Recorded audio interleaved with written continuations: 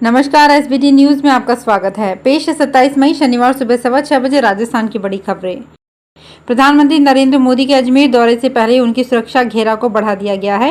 प्रधानमंत्री की बेहतर और पुख्ता सुरक्षा व्यवस्था का काम अब अतिरिक्त महानिदेशक स्तर के अधिकारी संभालेंगे।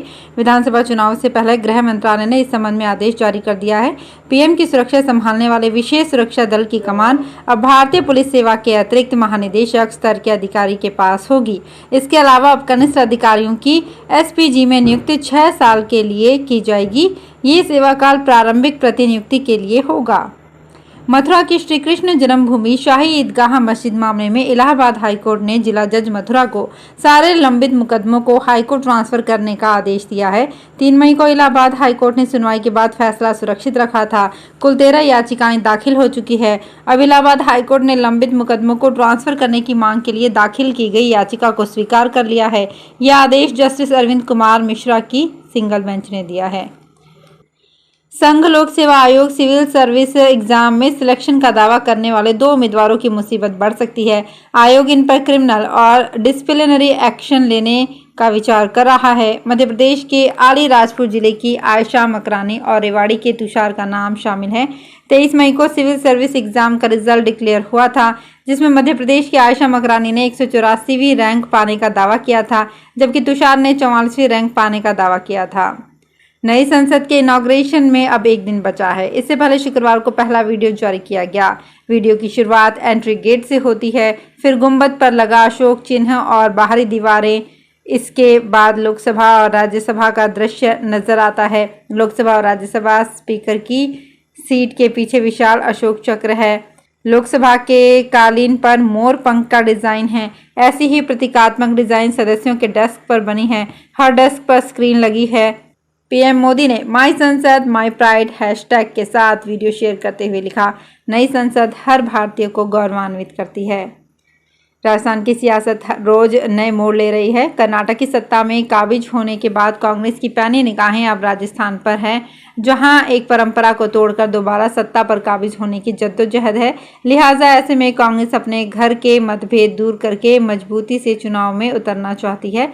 लिहाजा ऐसे में लंबे वक्त से अशोक गहलोत और सचिन पायलट के सुलह का फॉर्मूला दिल्ली की प्रयोगशाला में तैयार किया जा रहा है। दरअसल राजस्थान पर निर्णायक फैसला लेने के लिए 26 मई की तारीख मुकर्रर की गई थी, जिसमें राजस्थान कांग्रेस के आला नेताओं को साथ बैठाकर फैसला होना था, लेकिन किसी कारण से ये बैठक टाल दी गई। वहीं अब चर्चा है कि कांग्रेस आलाकमान ने सुलह का फॉर्मूला तैयार कर लिया है और कहा जा रहा है कि इस फॉर्मूले के लिए सचिन पायलट भी तैयार है। राजस्थान में इस साल के अंत में होने वाले चुनाव की तैयारियां सभी पार्टियों ने शुरू कर दी है। अब जननायक जनता पार्टी ने राजस्थान में एंट्री की है। पार्टी ने संगठन विस्तार करते हुए नए प्रदेशाध्यक्ष सहित कई पदों पर पदाधिकारियों की घोषणा की है। पार्टी ने गंगानगर की पूर्व जिला प्रमुख पृथ्वी मील को प्रदेशाध्यक्ष बनाया है। फतेहपुर के पूर्व विधायक नंद किशोर महरिया के भतीजे प्रतीक महरिया को युवा अध्यक्ष, कोटपुल्दी के रामनिवास यादव को मुख्य महासचिव के साथ मोहम्मद फारूकी को अल्पसंख्यक सेल का अध्यक्ष बनाया गया है। इसके अलावा सुरेश को प्रदेश प्रभारी की जिम्मेदारी दी गई है। सभी को प्रदेश और जिला स्तर पर कार्यकारिणी गठन के निर्देश दिए गए हैं। पार्टी के राष्ट्रीय अध्यक्ष अजय चौटाला ने कहा कि हमारा बीजेपी के साथ गठबंधन है। राजस्थान में गठबंधन को लेकर बीजेपी के राष्ट्रीय अध्यक्ष जेपी नड्डा और गृह मंत्री अमित शाह से वार्ता हो रही है। उन्होंने दावा किया कि जिन सीटों पर भाजपा कमजोर है, वहां जेजेपी अपने उम्मीदवार उतारेगी। हमने काम शुरू कर दिया है। शिक्षक भर्ती परीक्षा का रिजल्ट शुक्रवार को जारी कर दिया गया। राजस्थान कर्मचारी चयन बोर्ड ने इसके लिए परीक्षा करवाई थी। इसमें 21,000 पदों के लिए उम्मीदवारों को शॉर्टलिस्ट किया जाएगा। इन्हें डॉक्यूमेंट वेरिफिकेशन और जिला आवंटन के बाद मेरिट के आधार पर पोस्टिंग दी जाएगी। हालांकि लेवल 2 के अलग अलग सब्जेक्ट का रिजल्ट 15 जून तक आने की संभावना है। बोर्ड की ओर से 48,000 पदों के लिए शिक्षक भर्ती परीक्षा 25 फरवरी से 1 मार्च तक कराई गई थी। परीक्षा में 9,65,000 में से 9,02,000 विद्यार्थी ही शामिल हुए थे। आंसर की जारी होने के बाद अभ्यर्थियों से सवालों को लेकर आपत्तियां मांगी गई थी। जयपुर डिस्कॉम के प्रबंध निदेशक आर.एन. कुमावत ने जयपुर डिस्कॉम के विद्युत अधिकारियों की बैठक ली।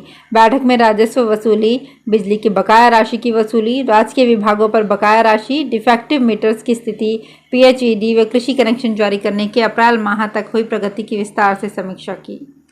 अरविंद केजरीवाल ने कहा है कि वे आज तेलंगाना सीएम के चंद्रशेखर राव से मिलेंगे और केंद्र के अध्यादेश के खिलाफ समर्थन मांगेंगे।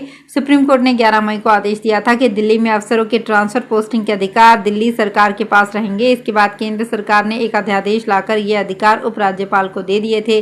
केजरीवाल इसके विरोध में विपक्षी दलों का समर्थन जुटाने के लिए देश भर के विपक्षी नेताओं से मिल रहे हैं। इसके लिए वे ममता बनर्जी, नीतीश कुमार, उद्धव ठाकरे और शरद पवार से मिल चुके हैं। केजरीवाल ने कहा कि वे राहुल और खड़गे से भी मिलने का समय मांगेंगे।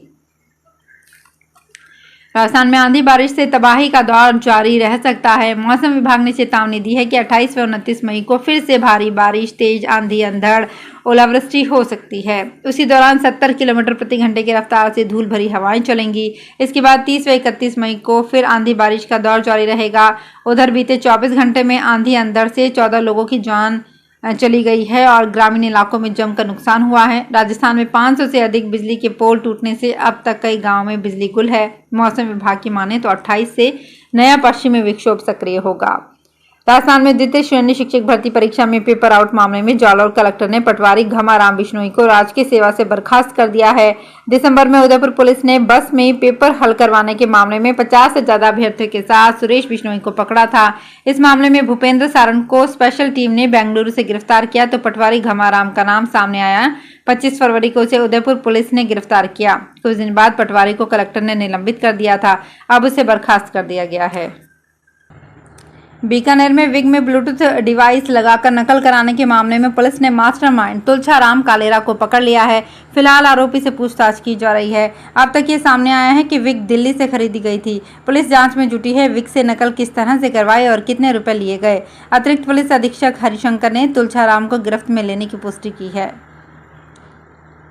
राजधानी जयपुर समेत राजस्थान के कई हिस्सों में आए आंधी तूफान बारिश से हुए नुकसान को लेकर बीजेपी प्रदेश अध्यक्ष सीपी जोशी ने तुरंत मौका मुआयना करवाकर पीड़ितों को राहत देने की मांग उठाई है। प्रदेश अध्यक्ष सीपी जोशी ने एक बयान जारी कर कहा कि सरकार तुरंत मौका मुआयना करवाए और पीड़ितों को राहत प्रदान करे। उन्होंने कहा कि आंधी तूफान बारिश से कई लोगों की मौतें हुई है। बड़ी संख्या में लोग घायल भी हुए हैं। पशुधन को भी नुकसान हुआ है। वहीं कई लोग बेघर भी हो गए हैं।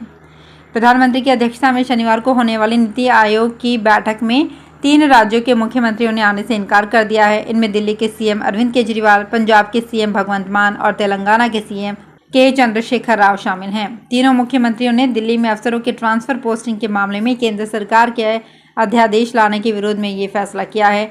केजरीवाल ने प्रधानमंत्री को चिट्ठी लिखकर इसकी जानकारी दी है।